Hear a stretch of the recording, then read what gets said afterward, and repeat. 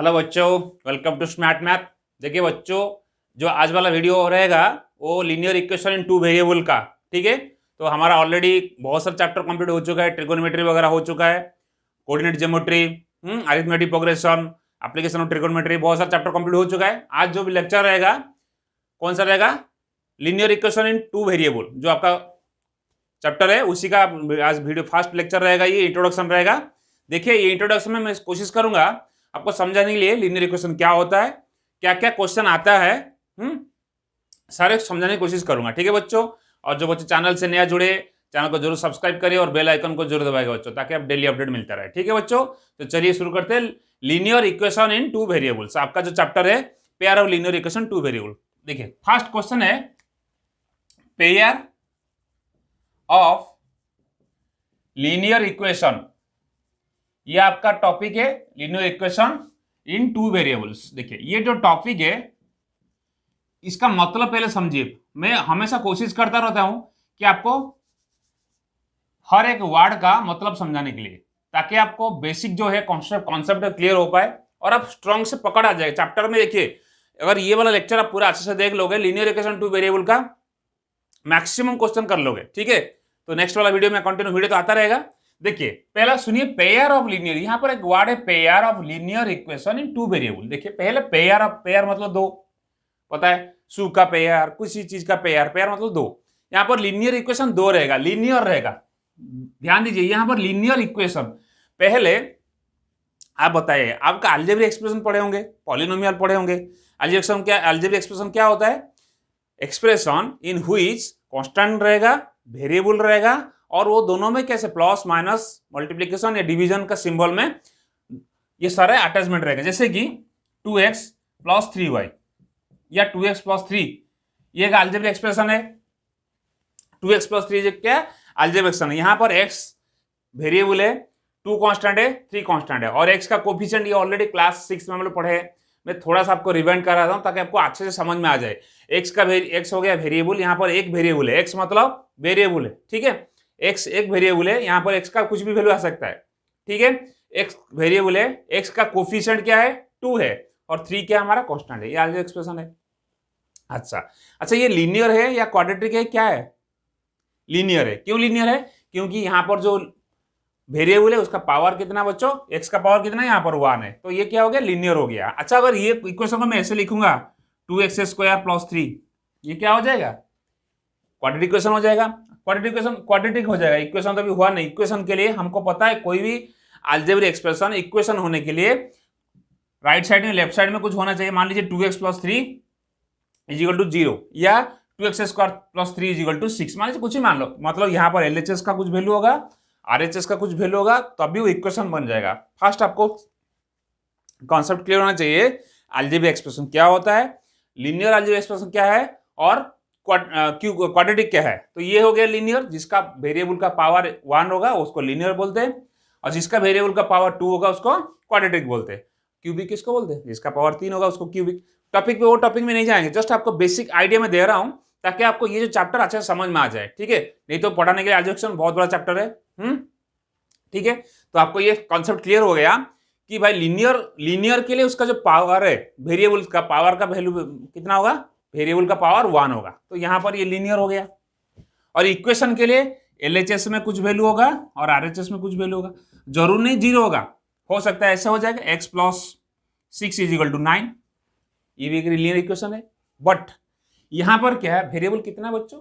Variable 1 है। क्या है? खाली 1 कौन सा है? x है, वेरिएबल x है, तो लीनियर इक्वेशन इन 1 वेरिएबल। यहां पर एक इक्वेशन तो एक ही है और वेरिएबल भी एक है, तो इसको हम लोग बोलेंगे लीनियर इक्वेशन इन 1 वेरिएबल, जो क्लास 9 में आप लोग पढ़ चुके हो। मैं रिवीजन करा रहा हूं ताकि हमारा टॉपिक में आने से पहले थोड़ा सा आपको बेसिक कंप्लीट हो जाए। अगर बेसिक ये तो आपको रिवाइंड हो जाए, आपको जो बच्चे तो पढ़े होंगे उसको रिवाइंड हो गया होगा, जो नहीं पढ़े उसको थोड़ा सा समझ में आ जाए। ठीक है बच्चों, तो ये x प्लस 6 इजिकल टू 9 क्या हो गया? Linear equation in 1 variable. अच्छा, इसका वैल्यू आप निकाल सकते हो, x का इक्वेशन है कि नहीं पहले बताइए। इक्वेशन तो है, क्योंकि LHS में कुछ वैल्यू है, RHS में कुछ वैल्यू है, बीच में इक्वल टू सिंबल है, दैट मींस इक्वेशन है, तो हम इसको बोल सकते हैं linear equation in 1 variable. Clear? अच्छा, बट हमारा टॉपिक में लीनियर इक्वेशन 2 वेरिएबल का टॉपिक चल रहा है बच्चों। एक वेरिएबल का तो क्लास 9 में पढ़े थे हम लोग। Linear equation one variable. अच्छा आप बता सकते हो इसको मैं सॉल्व कर सकता हूँ क्या? बोलो हाँ सर कर सकते हो। तो एक्स का वैल्यू कितना हो गया बच्चों? 3 हो गया। That means linear equation one variable. तो एक्स एक इक्वेशन था हमारे पास, एक्स का वैल्यू कितना आ गया? 3 आ गया। अच्छा अगर ये कंडीशन है, अगर ऐसा क्वेश्चन है x plus 3y is equal to 5 है, क्या इसको सॉल्व कर सकते हो आप बच्चों? बोलिए। लीनियर इक्वेशन यहाँ पर 2 वेरिएबल है। देखिए यहाँ पर तो इक्वेशन पहले बार तो लीनियर है, क्योंकि एक्स और वाई जो दोनों वेरिएबल है उनका पावर कितना बच्चों? 1 है। दैट मीन्स लीनियर इक्वेशन तो है, क्योंकि लीनियर इक्वेशन के लिए पावर 1 होना चाहिए और एलएचएस आरएचएस में कोई वैल्यू होना चाहिए, जो हम दिख रहा है यहाँ पर। बट इसको सॉल्व कर सकते हैं क्या? लीनियर इक्वेशन इन 2 वेरिएबल तो है, बट एक इक्वेशन है क्या? 2 इक्वेशन है? इक्वेशन 1 है। तो हम लोग इसको सॉल्व कर सकते हैं। बोले सर कैसे सॉल्व करेंगे इसको? अगर एक्स का वैल्यू मैं 1 लूं तो वाई का वैल्यू कुछ आएगा, एक्स का वैल्यू 2 लूं तो वाई का वैल्यू और कुछ आएगा। क्लियर समझ में आ रहा है? दैट मीन्स यहाँ एक्स और वाई का कुछ भी वैल्यू डाल सकते, कुछ भी वैल्यू हो सकता है। यहाँ पर कुछ मैंडेटरी नहीं, बाउंडेड नहीं है। अगर आप एक्स का वैल्यू 1 लोगे तो ये क्या होगा? 3y इजिकल टू 4 हो जाएगा, तो y का वैल्यू 4/3 आ जाएगा। मतलब इस टाइप का कुछ अलग अलग वैल्यू आएगा, एक्स और वाई का डेफिनेट वैल्यू नहीं आएगा। तो उससे क्लियर फिगर हमारे दिमाग में जाता है। अगर लीनियर इक्वेशन 2 वेरिएबल लगा, देखिए पहला आपका कॉन्सेप्ट क्लियर होना चाहिए। लीनियर इक्वेशन 2 वेरिएबल में तो जितना वेरिएबल होगा उतना इक्वेशन होना चाहिए। ये आपका दिमाग बैठा दीजिए। क्या बिठाना है आपको दिमाग में? जितना वेरिएबल होगा उतना इक्वेशन होना चाहिए। यहाँ पर 2 वेरिएबल है, उसको सॉल्व करने के लिए हमारे पास 2 इक्वेशन होना चाहिए। एक्स प्लस 3y 5 हमको सॉल्व नहीं कर सकते। कर सकते हो? क्योंकि यहाँ पर 2 वेरिएबल है, तो 2 वेरिएबल के कितना इक्वेशन चाहिए? 2 इक्वेशन चाहिए। देखिए यहाँ पर एक वेरिएबल था तो हम लोग आराम से सॉल्व कर दिया। बट यहाँ पर कितना वेरिएबल है? 2 वेरिएबल है। तो 2 वेरिएबल कैसे सॉल्व करोगे? तो उसके लिए आपको 2 इक्वेशन चाहिए। तो इक्वेशन 1 हो गया। अच्छा एक्स प्लस 6y मान लीजिए 9 है, ये इक्वेशन 2 हो। अभी इसको सॉल्व कर सकते हो, वो बताऊंगा कैसे सॉल्व करना है। ठीक है, अभी ये दोनों इक्वेशन, अगर 2 वेरिएबल होगा, आपका दिमाग में ये कॉन्सेप्ट बैठा दीजिए, पूरा सेट कर दीजिए दिमाग में। अगर लीनियर इक्वेशन 2 वेरिएबल है, जितना वेरिएबल होगा उतना इक्वेशन आपको चाहिए, जितना वेरिएबल होगा उतना इक्वेशन चाहिए, तभी आप क्वेश्चन को सॉल्व कर पाओगे। डेफिनेट कुछ वैल्यू आएगा, नहीं तो नहीं आएगा। क्लियर हो गया पिक्चर? ठीक है। अच्छा और एक चीज क्लास 9 में पढ़े थे, थोड़ा और भी रिवाइंड करा देता हूं। लीनियर इक्वेशन का ग्राफ कैसे बनता है बच्चों, बताइए थोड़ा। कुछ बच्चे बोल रहे, सोच रहे कैसे बनेगा। देखिए बच्चों, जो क्लास 9 में हम लोग पढ़ चुके हैं, लीनियर इक्वेशन का ग्राफ हमेशा स्ट्रेट लाइन बनता है। कैसे बनता है? अगर मैं इसी को बात करूंगा, इसका ग्राफ बनाने की कोशिश करूंगा। देखिए मैं थोड़ा सा रफ ग्राफ बना रहा हूं। X plus 6 equal to 9। अगर आपको इसको सॉल्व करोगे, x equal to 9 minus 6, that implies x equal to 3। अगर इस टाइप का ग्राफ बनेगा, ये कैसे बनेगा बच्चों? एक्स का वैल्यू 3 है, तो ग्राफ कैसे बनेगा? लीनियर इक्वेशन का ग्राफ हमेशा स्ट्रेट लाइन बनता है, आपको पता है। और क्वाड्रेटिक इक्वेशन का ग्राफ पैराबोला बनता है। ऑलरेडी पॉलिनोमियल पैराबोला मतलब इस टाइप का बनाता है। इस टाइप का हो सकता है, इस टाइप का हो सकता है, इस टाइप का हो सकता है, इस टाइप का हो सकता है। ये क्वाड्रेटिक इक्वेशन का बात चल रहा है। ये क्वाड्रेटिक इक्वेशन का पैराबोला बनता है, वो हम उस टॉपिक में नहीं जाएंगे। हमारा लीनियर इक्वेशन चल रहा है, तो लीनियर इक्वेशन का ग्राफ हमेशा क्या बनता है बच्चों? स्ट्रेट लाइन बनता है। क्लियर? तो आपको पता है, क्लास 9 में पढ़ चुके हो। मैं उसको अभी कैसे बनता है वो भी बताऊंगा आपको। ठीक है, तो ये समझ में आ गया। अच्छा देखिए, अगर यहां पर 2 इक्वेशन है, तो ये पहले समझिए बात को बच्चों। तो पेयर का मतलब समझ में आ गया। पेयर मतलब आपको समझ में आ गया, 2 इक्वेशन होगा। हम लोग पास 2 इक्वेशन हो गया। ठीक है, लीनियर इक्वेशन होना चाहिए। ये लीनियर इक्वेशन हो गया, क्योंकि उसका पावर कितना है? जो वेरिएबल है उसका पावर 1 है। 2 वेरिएबल, एक्स और वाई 2 वेरिएबल है। ये आपका कॉन्सेप्ट क्लियर हुआ ना कि नहीं, वो बताइए। Pair of linear equation in 2 variable, इसका मतलब समझ में आया। पेयर मतलब 2 इक्वेशन होना चाहिए। पेयर लीनियर इक्वेशन होना तो उसका पावर एक्स और वाई जो आपका वेरिएबल है उसका पावर कितना होना चाहिए? 1 होना चाहिए इन 2 वेरिएबल, 2 वेरिएबल एक्स और वाई। यहाँ पर इसका स्टैंडर्ड देखिए, यहाँ तो मैं आपको ऐसे एग्जाम्पल बताया। इसका जो स्टैंडर्ड लिखने का स्टैंडर्ड तरीका क्या है? 2 इक्वेशन है, a1x plus b1y plus c1 is equal to 0। ये इक्वेशन 1 है, चेक कर लो बच्चों। अच्छा ये इक्वेशन 2 वेरिएबल है, लीनियर इक्वेशन है। देखिए यहाँ पर एक्स और वाई 2 वेरिएबल है, इक्वेशन है क्योंकि बीच में इक्वल टू सिंबल है। एलएचएस में कुछ वैल्यू है, आरएचएस में कुछ वैल्यू है। लीनियर इक्वेशन तो हो गया, 2 वेरिएबल भी हो गया। तो आपका जो क्वेश्चन, जो आपका चैप्टर का जो टॉपिक है, पेयर ऑफ लीनियर इक्वेशन, समझ में आ गया। बट यहाँ पर एक इक्वेशन है, उसका सेकंड इक्वेशन बनेगा a2x plus b2y plus c2 is equal to 0। Clear हो गया बात? दो इक्वेशन है, दो वेरिएबल है, लीनियर इक्वेशन है। क्लियर? यहां पर क्वाड्रेटिक इक्वेशन का बात नहीं चल रहा है, क्वाड्रेटिक इक्वेशन का ग्राफ पैराबोला बनता है, वो पॉलिनोमियल में पढ़ चुके हो। ठीक है, देखिए यहां पर x का कोऑर्डिनेट a1 है, b1y, y का कोऑर्डिनेट b1 है, इधर c1 कांस्टेंट है। देखिए ये जो लीनियर इक्वेशन टू वेरिएबल का या वन वेरिएबल का, यहां पर जो a1 b1 या a2 b2 कभी जीरो नहीं होगा। जीरो होगा तो क्या होगा बताइए? बुक में लिखा है a1, या आपका ग्राफ अगर ऐसा है ax plus by plus c, linear equation in two variable तो है ये। यहां पर a b दोनों जीरो नहीं हो सकता। क्यों नहीं हो सकता है? a and b is not equal to zero. Why? ये बेटा देखिए मैथ में या कोई भी जिंदगी में हमेशा आपको क्वेश्चन आना चाहिए व्हाई, क्यों होगा। अगर आप खुद से पूछोगे तो अभी आपको आंसर मिलेगा, या आपको टीचर बता देंगे तो बहुत बढ़िया बात है। बहुत सारे टीचर बताते नहीं है, बहुत सारे टीचर बताते हैं, तो वो अगर कोई बताते नहीं है तो उनसे पूछिए क्यों नहीं होगा। देखिए अगर a एंड b जीरो हो जाएगा तो इक्वेशन खत्म हो गया, x का वैल्यू जीरो हो गया, y का वैल्यू जीरो हो गया, कांस्टेंट हो गया, तो बचा लीनियर इक्वेशन कहाँ हुआ ये? ठीक है, तो यहां पर देखिए अगर यहां पर x का वैल्यू जो x का जो कोफिशिएंट 1, x का कोफिशिएंट क्या है वहां पर 1 है, अगर ये यहां पर ये जीरो हो जाएगा तो 6 इज इक्वल टू 9, कुछ वैल्यू नहीं है उसका। क्लियर हुआ? तो इसलिए इसमें बुक में लिखा होगा a and b is not equal to zero, that means x और y का जो कोफिशिएंट कभी जीरो नहीं होगा। जीरो होगा तो लीनियर इक्वेशन बनेगा नहीं। क्लियर? अच्छा, तो ये आपका समझ में आ गया पेयर ऑफ लीनियर इक्वेशन क्या होता है, टू वेरिएबल क्या होता है। जस्ट बेसिक आपको मैंने रिवाइज करा दिया। ठीक है, हम टॉपिक पे आएंगे। ठीक है, फिलहाल इसको इरेज कर रहा हूं। देखिए और एक चीज आपको बताना बेटा, ये वीडियो आप अच्छे से देख लोगे, आपको मुझे उम्मीद है आपको 100% जो आपका लीनियर इक्वेशन का क्वेश्चन समझ में आ जाएगा। जो क्वेश्चन आप करने वाले हो अभी एक्सरसाइज 3.1 3.2 में जो भी क्वेश्चन करने वाले हो करेंगे। देखिए मैं एक इक्वेशन यहां पर लिखने वाला हूं, थोड़ा बताइएगा मुझे। मैं x plus 3y is equal to 9 लिख रहा हूं। ठीक है, अच्छा इसको अगर ग्राफ में बनाएंगे, प्लॉट करेंगे तो लीनियर इक्वेशन का ग्राफ तो स्ट्रेट लाइन बनेगा, तो स्ट्रेट लाइन बनेगा। क्लियर हो गया? अच्छा अगर मैं इक्वेशन को थोड़ा और लिखूंगा, इसको सॉल्व कर सकते हैं क्या? अभी बताया था मैंने, क्या बताया था? लीनियर इक्वेशन टू वेरिएबल में आपको दो इक्वेशन चाहिए, यहाँ तो एक इक्वेशन, इसको सॉल्व नहीं कर पाएंगे। अच्छा और एक इक्वेशन लिख रहा हूं। देखिए अगर मैं लिखूंगा 2x plus 6y is equal to 18, ध्यान दीजिए बात को, ध्यान दीजिए। यहां पर a1 कितना है? इक्वेशन 1, ये इक्वेशन 2 लिखिए। इन इक्वेशन 1 a1 कितना बच्चों बता सकते हो? a1 x का कोफिशिएंट a1 होता है 1, b1 कोफिशिएंट होता है y का 3, c1 कितना? ये देखिए इसको थोड़ा सा अगर ये करोगे, इसको अरेंज कर दोगे, कितना हो जाएगा बच्चों? x plus 3y is equal -9 is equal to 0, तो c1 हो गया -9। क्लियर हुआ? सिमिलरली इन इक्वेशन 2 a1 कितना? 2, b1 कितना? 6 और c2 कितना होगा?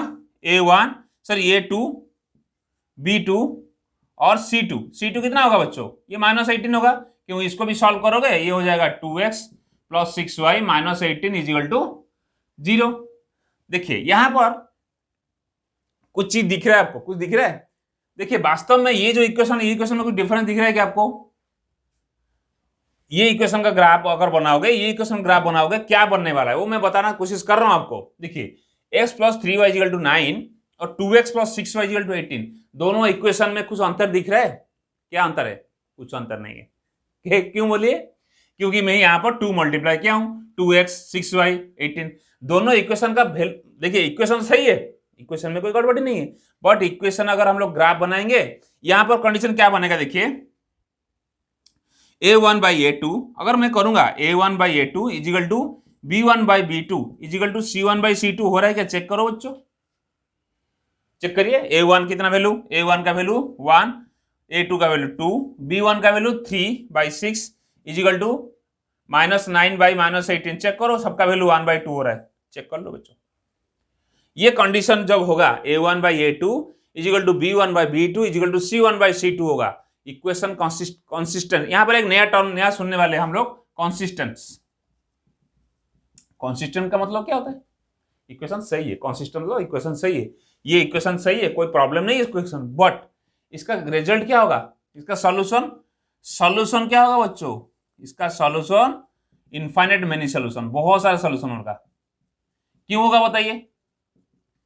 क्योंकि वास्तव में ये इक्वेशन तो 2 है लेकिन वास्तव में इक्वेशन 1 है। क्योंकि देखिए x + 3y में पहले बताया था, यहाँ पर x का वैल्यू कुछ भी डालो, y का वैल्यू कुछ आएगा, इनफाइनाइट मेनी सोल्यूशन आएगा, बहुत सारा सोल्यूशन आएगा, पता नहीं क्या क्या आने वाला है। इसका जो ग्राफ बनेगा कैसे बनेगा बता सकते हो? कैसे बनेगा ग्राफ?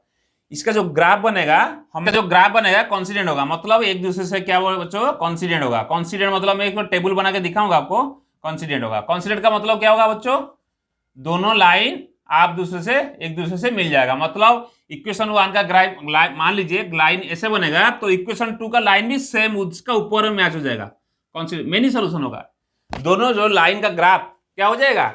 एक दूसरे से ओवरलैप कर लेगा, कॉन्सिडेंट होगा। इक्वेशन सही है, इनफाइनाइट मेनी सोल्यूशन होगा बट कॉन्स्टेंट होगा। क्या होगा इसका इक्वेशन सोल्यूशन? क्या होगा इस पहले देखिए, जो अगर कहीं पर एक कंडीशन दिया है a1/a2, आप देखिए बच्चों जब इस क्वेश्चन करने लगोगे आपका दिमाग में बत्ती धीरे धीरे खुलने लगेगा, तार खुल जाएगा आपका। क्या होगा? आपको इक्वेशन देख के मालूम पड़ जाएगा क्या होने वाला है। देखिए यहाँ पर ये दोनों इक्वेशन तो मैंने बताया, इक्वेशन 2 है बट वास्तव में इक्वेशन एक ही इक्वेशन है, क्योंकि यहाँ पर 2 मल्टीप्लाई हुआ, इक्वेशन 2 में मैं 2 मल्टीप्लाई किया हूं और यही इक्वेशन सही है। सेकंड इक्वेशन मेरा सही है, इक्वेशन में कोई खराबी नहीं है, बट सोल्यूशन क्या होगा? इनफाइनाइट मेनी सोल्यूशन होगा। इनफाइनाइट मेनी सोल्यूशन होने का कारण क्या है? क्योंकि इक्वेशन एक ही है, वास्तव में एक इक्वेशन है, तो यहाँ पर x और y का कुछ भी वैल्यू आ सकता है, बहुत सारा वैल्यू आ सकता है। तो इक्वेशन जो दोनों लाइन का ग्राफ बनेगा ओवरलैप करेगा, एक दूसरे से ओवरलैप करेगा, तो इक्वेशन कंसिस्टेंट है और many solution infinite many solution होगा और ग्राफ दोनों ओवरलैप करेगा। क्लियर हो गया? कोई डाउट नहीं है? अच्छा देखिए अभी क्या करेंगे, अभी देखिए थोड़ा टाइम के लिए मैं इसको इरेज कर रहा हूं, मैं पूरा आपको टेबल बना के दिखा दूंगा। अगर ये आपको पूरा समझ में आ जाएगा तो कोई प्रॉब्लम नहीं, सारे क्वेश्चन कर लोगे। ठीक है, ये जो टॉपिक में थोड़ा जो वर्ड प्रॉब्लम है, मैं मेरा पर्सनल एक्सपीरियंस से बता रहा हूं, बच्चे लोग को थोड़ा तकलीफ रहता है क्योंकि वो लोग इक्वेशन बना नहीं पाते। इक्वेशन बनाओगे तो वो भी करा दूंगा आपको, डोंट वरी। ठीक है बच्चों, देखिए इक्वेशन अभी यही इक्वेशन लेने दीजिए, फर्स्ट वाला इक्वेशन। अगर मैं इक्वेशन को थोड़ा सा अभी x + 3y = 9, इसको मैं क्या करूंगा? अच्छा ये देखिए इक्वेशन 2 ये सही है क्या इक्वेशन बच्चों बताइए? इक्वेशन 2 मेरा सही है क्या? फर्स्ट इक्वेशन x + 3y = 9 है, सेकेंड इक्वेशन 2x + 6y = 17। बोलो सर इक्वेशन तो सही नहीं है, क्योंकि मैं लेफ्ट हैंड में 2 तो मल्टीप्लाई किया और राइट हैंड में 2 मल्टीप्लाई किया तो 18 आना चाहिए, लास्ट टाइम आया था, बट 17 हो गया, मतलब इक्वेशन गलत है, रॉन्ग इन्फॉर्मेशन दिया जा रहा है हमको। तो इक्वेशन रॉन्ग होगा तो आपका आंसर क्या होगा? No solution. Clear? That means ये केस में a1 समझ में आ रहा है, x का कोएफिशिएंट a1 है, a1/a2 a1/a2 = b1/b2 is not equal to c1/c2। Check करो बच्चों, सही लिख रहा हूं? a1 चेक करो, अब चाहे तो चेक कर लीजिए, a1 1, a2 बच्चों 2, b1 हो गया 3/6, c1/c 9/17, तो नॉट इक्वल टू है 3/6 तो 1/2, तो 1/2 c not equal to 9/17। That mean ये जो कंडीशन में इक्वेशन क्या हो गया? That means equation on inconsistent और नो सॉल्यूशन। तो ग्राफ जो बनेगा आपका पैरेलल बनेगा, तो ग्राफ बनेगा एक, ये जो इसका ग्राफ बनेगा ऐसा, सिंपल बात है, और इसका ग्राफ बनेगा ऐसा, पैरेलल बनेगा। क्लियर हो गया? नो सॉल्यूशन, इसका सॉल्यूशन नहीं होगा। क्यों सॉल्यूशन नहीं होगा? जब इंटरसेक्ट करेगा तब वन सॉल्यूशन होगा, जो ओवरलैप करेगा तो मेनी सॉल्यूशन होगा, जब पैरेलल होगा तो सॉल्यूशन नहीं निकलेगा। तो ग्राफ का, इसका जो ग्राफ बनेगा, इसका ग्राफ ऐसे बनने वाला है, एक तो लाइन स्ट्रेट लाइन बनेगा, ये वाला इक्वेशन का, ये वाला इक्वेशन का और एक लाइन बनेगा, दोनों पैरेलल होगा, नो सॉल्यूशन। क्लियर हो गया? तो ये कंडीशन क्या हो गया? जब a1/a2 = b1/b2 is not equal to c1/c2, ये कॉमनली हमको दिख रहा है, जो हमको कॉमन सेंस हम पता कर सकते हैं। तो ये कंडीशन में क्या होगा? Equation inconsistent, there is no solution, the graph of both equation will be parallel to each other. Clear? No doubt? अच्छा देखिए इस वाला इक्वेशन को थोड़ा सा और मॉडिफाई कर रहा हूं, मैं पूरा टेबल बना के दिखाऊंगा बच्चों आपको। ठीक है, देखिए इस वाला इक्वेशन को, इक्वेशन 1 वही रहने दीजिए, इक्वेशन 2 को मैं क्या लिखूंगा? अगर मैं ऐसे लिख रहा हूं, कैसे? मान लीजिए 3x + 5y = 17, ये इक्वेशन 2 है। देखिए ये वाला कंडीशन में क्या बनने वाला है? देखिए हमको नया इंफॉर्मेशन मिला, न्यू इंफॉर्मेशन प्रोवाइडेड अस, है ना बच्चों? यहां पर नया इंफॉर्मेशन को दिया गया, इक्वेशन सही है, दोनों इक्वेशन सही है, तो इक्वेशन कंसिस्टेंस देयर इज। तो इसका जो ग्राफ बनेगा यहाँ, ये वाला केस में कैसे बनेगा? तो ये वाला कंडीशन में क्या बनेगा, a1/a2 is not equal to b1/b2। ये वाला कंडीशन, यहां पर दो लो लाइन बनेगा, ये एक स्ट्रेट लाइन बनेगा ऐसा, और ये जो स्ट्रेट लाइन बनेगा ये इंटरसेक्ट करेगा। मैं बना के दिखाऊंगा, जब क्वेश्चन करूंगा उस टाइम पे बना के दिखाऊंगा बच्चों। चाहे तो आप बना भी सकते हो, आपको तो बनाना आता है, लीनियर इक्वेशन का ग्राफ बनाना आता है, फिर भी मैं जब क्वेश्चन आएगा सेम टाइम बना के दिखाऊंगा, ठीक है। तो देखिए ये वाला कंडीशन में यहां पर एक वन सॉल्यूशन आएगा, इंटरसेक्ट करेगा, तो ये वाला इक्वेशन क्या होगा, the equation is consistent and both the lines are intersect to each other. Clear हो गया, there is one solution. Clear. अभी मैं फिलहाल इसका चारों सार को समराइज करूंगा और एक टेबल बना के दिखा दूंगा तो क्या बनेगा, कैसा बनेगा, ठीक है। देखिए तो पहला कंडीशन क्या था हमारा, टेबल बना, आप भी नोट कर लीजिए मेरे साथ साथ, ठीक है बच्चों। टेबल कैसे बनाएंगे, देखिए बच्चों मैं टेबल बना के दिखाता हूं आपको। टेबल में हम लोग कैसे उसको रिप्रेजेंट करेंगे। अगर फर्स्ट कंडीशन हमारा था a1/a2 is equal to b1/b2 is equal to c1/c2, ये अगर रहेगा कंडीशन तो इक्वेशन कैसे बनेगा बच्चों, बताइए। अभी बताया था मैंने आपको, इक्वेशन कंसिस्टेंट, मतलब इक्वेशन सही है, इक्वेशन में कोई गड़बड़ी नहीं है, इक्वेशन सही है। अच्छा, इसका ग्राफ कैसे बनेगा बताइए था अभी, ग्राफ बताइए, ग्राफ कैसे बनेगा। दोनों ग्राफ जो बनेगा कॉन्साइड करेगा, कॉन्सिडेंट या कॉन्साइड करोगे, दोनों ओवरलैप करेगा, या ओवरलैप बोल सकते हो उसको, ओवरलैप करेगा, ठीक है। अच्छा, इसका सॉल्यूशन क्या बनेगा बच्चों, सॉल्यूशन क्या बनेगा, मेनी सॉल्यूशन, बहुत सारे सॉल्यूशन हो सकता है, क्योंकि कुछ नया इंफॉर्मेशन आपको नहीं दिया गया है, ठीक है। मेनी सॉल्यूशन हो गया। फिर सेकंड केस क्या है, ये ग्राफ हमेशा याद रखिए, याद क्या आपको करते करते अगर फंडामेंटल क्लियर हो गया, बेसिक क्लियर हो गया, आपको ऐसे याद हो जाएगा, ठीक है। सेकंड कंडीशन क्या है, अगर a1/a2 is equal to b1/b2 is not equal to c1/c2, तो इक्वेशन क्या है, इनकंसिस्टेंट, गलत इंफॉर्मेशन आपको दिया गया है, ठीक है। ग्राफ कैसे बनेगा, इसका ग्राफ बनेगा पैरेलल, दोनों पैरेलल होगा। नो सॉल्यूशन, क्योंकि इक्वेशन गलत है, बस ये आपको दिमाग में रखना है। थर्ड कंडीशन देखिए, थर्ड कंडीशन क्या है, अगर a1/a2 is not equal to b1/b2, ये कंडीशन, इक्वेशन कंसिस्टेंट, इक्वेशन सही है, नया इंफॉर्मेशन आपको दिया गया है।